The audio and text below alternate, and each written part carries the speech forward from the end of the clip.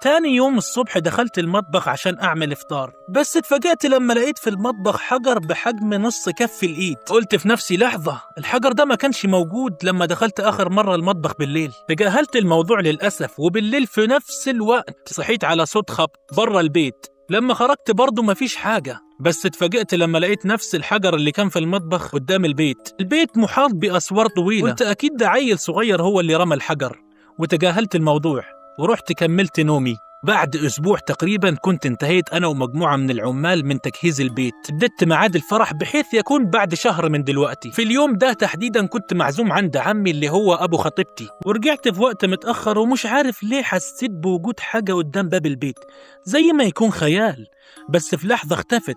وبسرعة مشيت ناحية باب البيت ولقيت حجر تاني، وسكت الحجر وبكل قوة رميته برا السور. بس سمعت صوت واحد بيتوجع كأن الحجر خبط فيه، وبسرعة طلعت برا السور